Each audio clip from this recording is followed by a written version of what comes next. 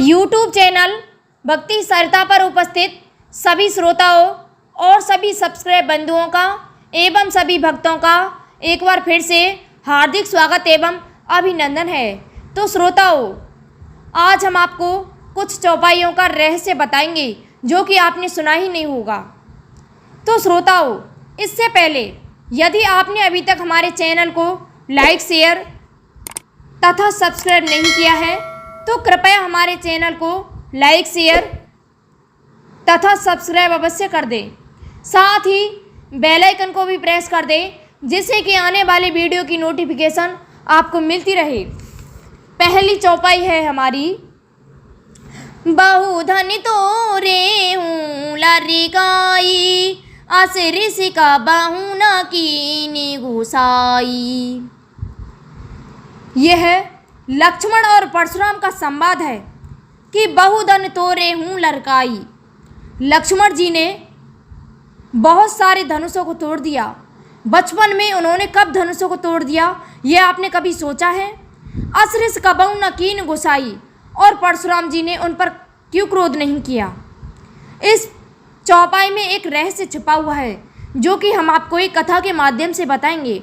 और दूसरी चौपाई है हमारी, माते पिता रिडे भैनी के, गुरु रिड रहा सोची बडुनी के, सो तुम हमरे ही माथे काढ़ा, बीते कलप ब्याजी बहु बाढ़ा।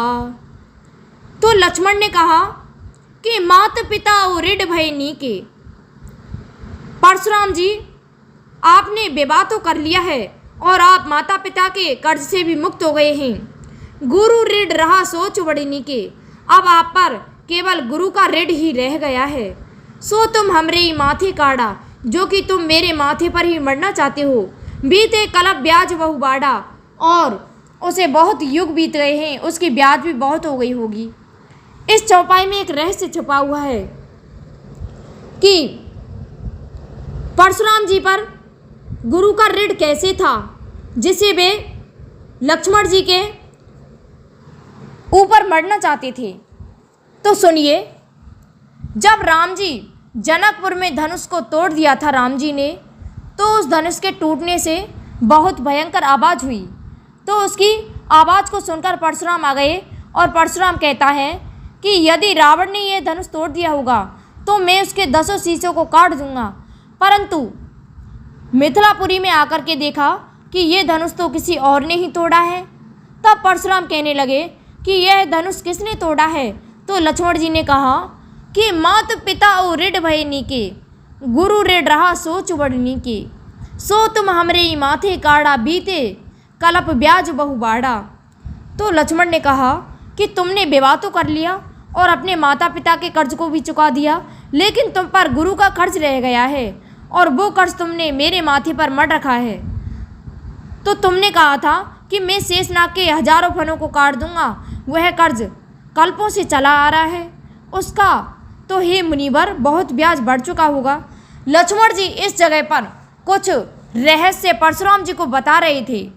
तो हम आपको यह रहस्य एक कथा के माध्यम से बताएंगे कि परशुराम के गुरु का परशुराम पर कौन सा कर्ज था जिसे वह शेषनाग के हजारों फनों को काटकर चुकाना चाहता था। इसे हम एक कथा के माध्यम से बताते हैं। कथा प्रामाणिक है और रामचरितमानस में लिखी हुई है।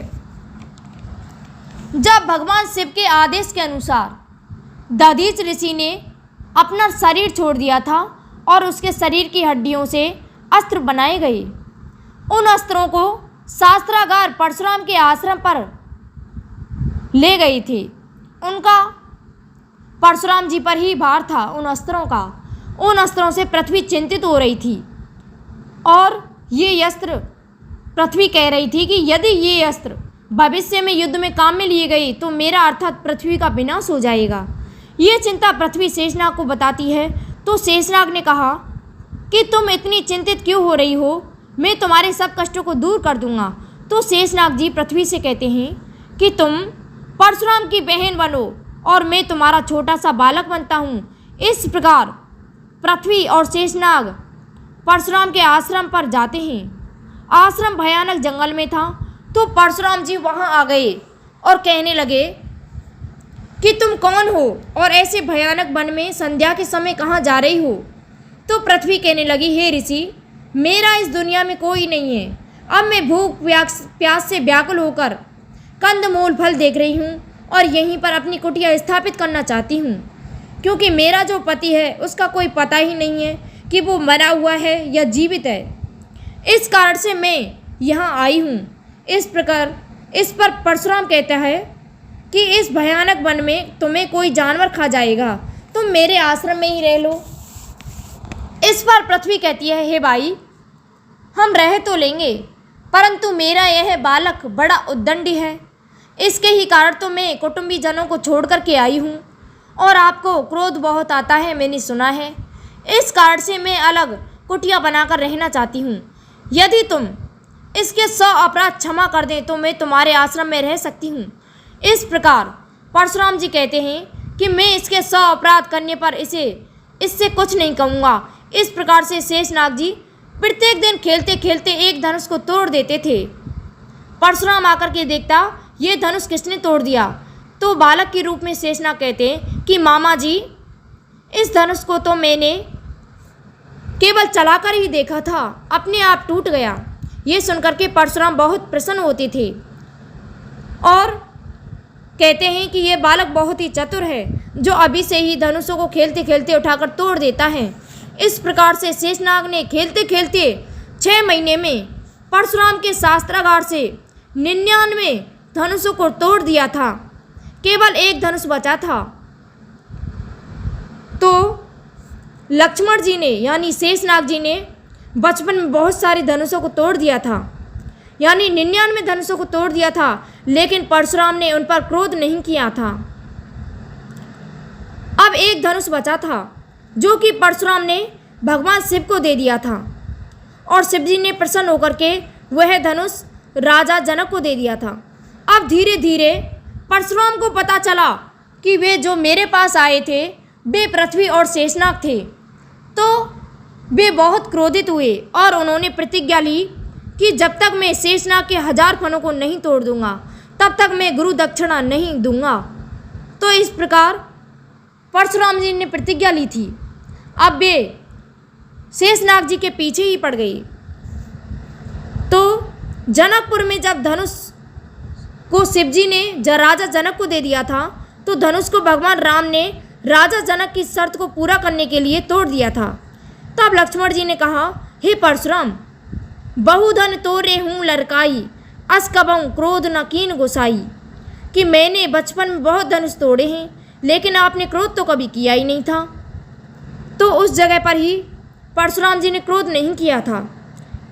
हे परशुराम जी, आगे लक्ष्मण जी कहते हैं, हे परशुराम जी, ऐसे धनुषों को तो मैंने बचपन में तुम्हारे शास्त्रागार से उठा उठा करके तोड़ दिया था। उस समय तो आपने कभी कभी क्रोध ही नहीं किया था। अब एक धनुष के लिए इतने चिंतित क्यों हो रहे हो। तो श्रोताओं, जब इस बात का पता परशुराम जी को चलता है कि वे शेषनाग था जो मेरे आश्रम में रह करके मेरे धनुषों को तोड़ दिया था, उसने उस समय ही उनको पता चल गया था।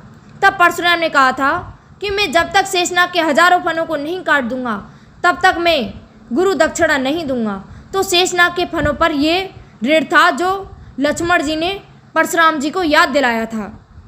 युगों युगों तक वह ऋण चलता रहा, लेकिन परशुराम जी शेषनाग जी के 1000 फनों को नहीं काट पाई थी। श्रोताओं, इन चौपाइयों में यह रहस्य छिपा हुआ है जो कि हमने आपको बता दिया है।